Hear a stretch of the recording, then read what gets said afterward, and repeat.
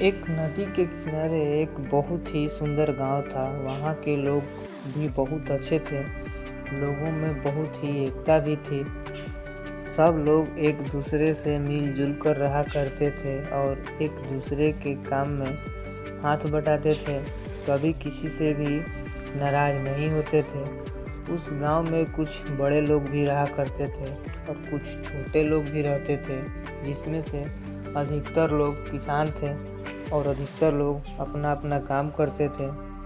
गांव के बगल में एक बहुत ही घना जंगल था। वो जंगल देखने में तो बहुत ही सुंदर था, लेकिन उतना ही डरावना भी था। उस जंगल में एक बहुत ही डरावना भूत रहता था।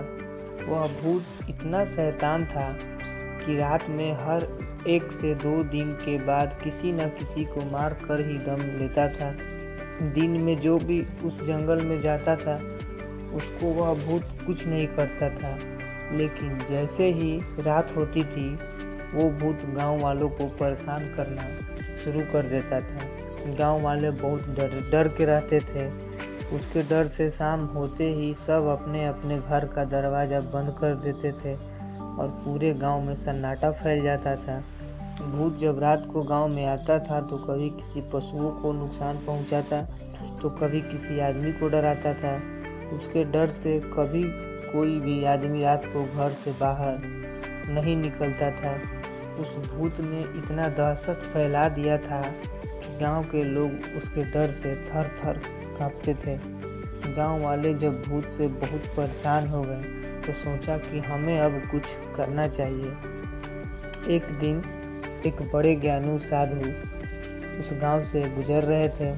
गांव के एक आदमी ने उन साधु को देख लिया और उनके पास जाकर पैर पकड़ लिया और बोला कि साधु बाबा, आप हमें बचा लो, हम सारे गांव वाले बड़ी मुसीबत में हैं। साधु बोला कि बेटा क्या बात है, तुम मुझे साफ साफ बताओ।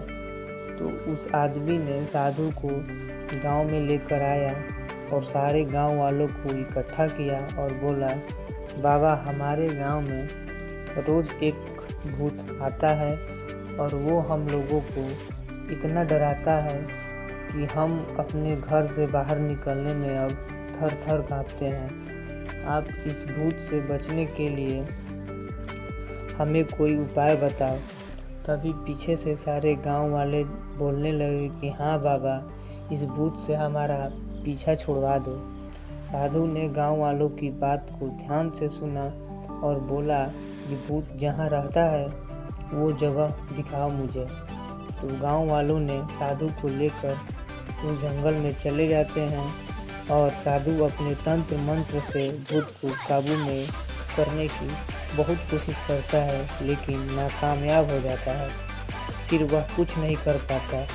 फिर वह दूसरे दिन भी कोशिश करता है। बहुत कोशिश करने के बाद उसके दिमाग में उपाय आता है और सब गांव वालों से कहता है कि अब आप लोगों को डरने की कोई ज़रूरत नहीं है। मेरी बातों को आप लोग बिल्कुल ध्यान से सुने। भूत तो बस रात के अंधेरे में आता है, वह दिन में कभी नहीं आता है। इसका मतलब कि उसे रोशनी से बहुत ही ज़्यादा डर लगता है और अगर हम रोशनी का सहारा लें तो उस भूत से छुटकारा पाया जा सकता है। साधु की बात सुनकर सभी गांव वाले मिलकर एक योजना बनाते हैं और रात में हम गांव के अंदर और बाहर रोशनी ही रोशनी फैला देंगे। दूसरे दिन सभी गांव वाले मिलकर अपने अपने हाथ में मशाल लेकर गांव के चारों तरफ चले जाते हैं और सब जगह मशाल की रोशनी फैला दी। रात को जब भूत जंगल से निकलकर गांव में जाता है तो सभी गांव वालों के हाथ में मशाल देखकर बहुत ही डर जाता है और वापस जंगल की ओर भागकर एक पेड़ में छिप जाता है। उसके पीछे पीछे सारे गांव वाले भी जंगल में पहुंच जाते हैं और सब मिलकर उस साधु की मदद से उस भूत को पकड़ लेते हैं। साधु ने उस भूत को एक पेड़ में बांध दिया और अब गांव वाले उस जंगल का भूत को उस पेड़ के साथ जला देते हैं। सब गांव वाले साधु बाबा को बहुत धन्यवाद देते हैं और वहाँ से वापस अपने अपने घर चले आते हैं। बिना किसी डर के खुशी से रहने लगते हैं। अब उनको किसी भी भूत का डर नहीं सताता है, क्योंकि भूत जो था साधु बाबा की सहायता से मर जाता है और वह पेड़